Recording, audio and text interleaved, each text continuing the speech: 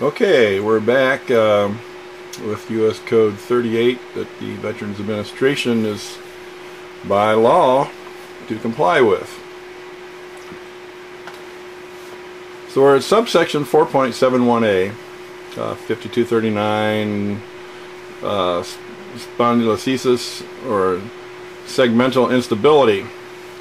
Now, the note here is it is stated that my specific condition is not on the charts, so this is a chart I believe the VA is using to grade my lower back causation disability. See subsection 420, analogous rating. And I don't think they did that, but this is what I felt they should do. So they kind of do what they want, but I'm guessing I think they were too. So anyway, let's continue with subsection 4.71a.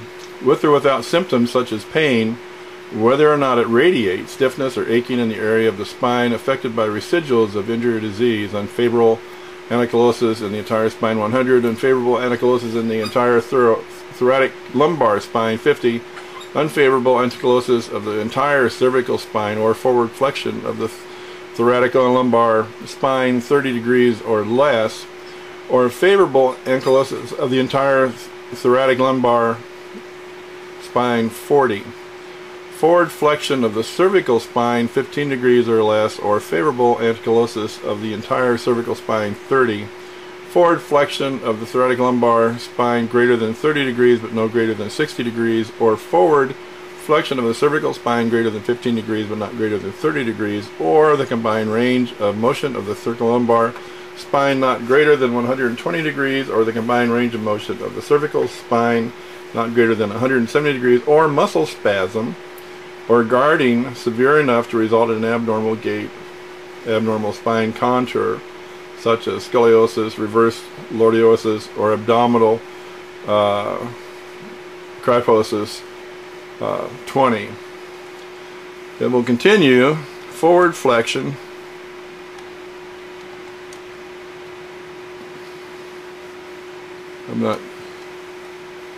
My mouse wants to have a mind of his own too. Forward flexion of the thoracic lumbar spine greater than 60 degrees but not greater than 85 degrees, or forward flexion of the cervical spine greater than 30 degrees but not greater than 40 degrees, or combined range of motion of the thoracic lumbar, they misspelled it and I mispronounced it, spine greater than 120 degrees but not greater than 235 degrees, or combined range of motion of the cervical spine greater than 170 degrees but not greater than 335 degrees, or muscle spasm, guarding, or localized tenderness not resulting in abnormal gait or abnormal, not resulting in abnormal gait or abnormal spinal contour, or vertebrae body fracture with loss of 50% or more of the height 10. Note 1, evaluate any associated objective neurologic abnormalities, including but not limited to bowel or bladder impairments, separately under an appropriate diagnostic code. Note 2, also see plate 5 for VA compensation purposes. Normal forward flexion of the cervical spine is 0 to 45 degrees. Extension is 0 to 45 degrees. Left and right lateral flexion are 0 to 45 degrees. And left and right lateral rotation are 0 to 80 degrees. Normal forward flexion of the thoracic lumbar spine is 0 to 90 degrees. Extension is 0 to 30 degrees. Left and right lateral flexion are 0 to 30 degrees, and left and right lateral rotation are 0 to 30 degrees. The combined range of motion refers to the sum of the range of forward flexion, extension, left and right lateral flexion, and left and right rotation. The normal combined range of motion of the cervical spine is 340 degrees, and the thoracolumbar spine is 240 degrees.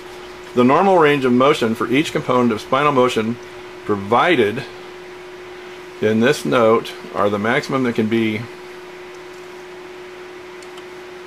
used for calculation of the combined range of motion. Note 3, in exceptional cases, an examiner may state that because of age, body, habitus, neurologic disease, or other factors not the result of disease or injury of the spine, the range of motion of the spine is in a particular individual should be considered normal for that individual, even though it does not conform to the normal range of motion stated in Note 2, providing that the examiner supplies an explanation, the examiner's assessment, that the range of motion is normal for that individual to be accepted. Note 4, round each range of motion measurement to the nearest 5 degrees. Note, for VA compensation purposes, unfavorable antikylosis is a condition in which the entire cervical spine, the entire thoracolumbar, it's misspelled again, spine, or the entire spine is fixed in flexion or extension, and the ankylosis results in one or more of the following: difficulty walking because of a limited line of vision, restricted opening of the mouth or chewing, breathing limited to diaphragmatic respiration, gastrointestinal symptoms due to pressure on the costal margin of the abdomen, dyspnea or dyspragia, antithoraxal or cervical subluxation or dislocation, or neurologic symptoms due to nerve root stretching. Fixation of a spinal segment in neutral position, 0 degrees, always represents favorable ankylosis.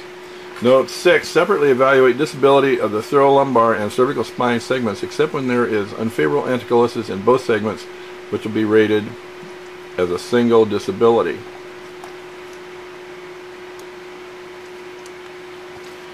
Subsection 5109, Independent Medical Opinions. A. When in the judgment of the Secretary, expert medical opinion, in addition to that available within the Department, is warranted by the medical complexity or controversy involved in a case being considered by the Department, the Secretary may secure an advisory medical opinion from one or more independent medical experts who are not employees of the Department.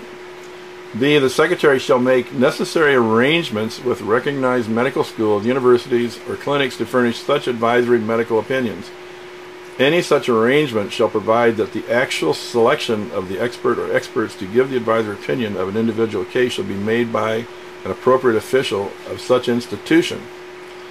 C. The Secretary shall furnish a claimant with notice that the advisory medical opinion has been requested under this section with respect to the claimant's case, and shall furnish the claimant with a copy of such opinion when it is received by the Secretary. Department of Veterans Affairs.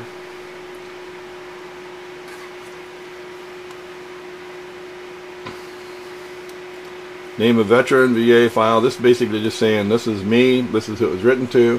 So what this is a transcript. Basically it was written by the Veterans Administration here in Phoenix, and I would assume that they did a cut and paste, but they misspelled enough words. I'm not sure they even can do that. So anyway,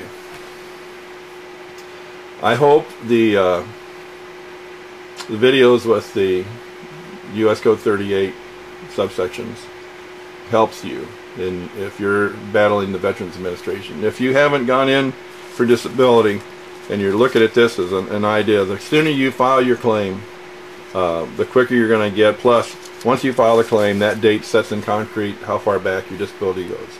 So, thanks for watching. If you're a veteran and watch this, again, thanks for your service. Thanks for your sacrifice. Those of us that have done it know what you did, know how much you paid, and well, may God bless America and help the vets.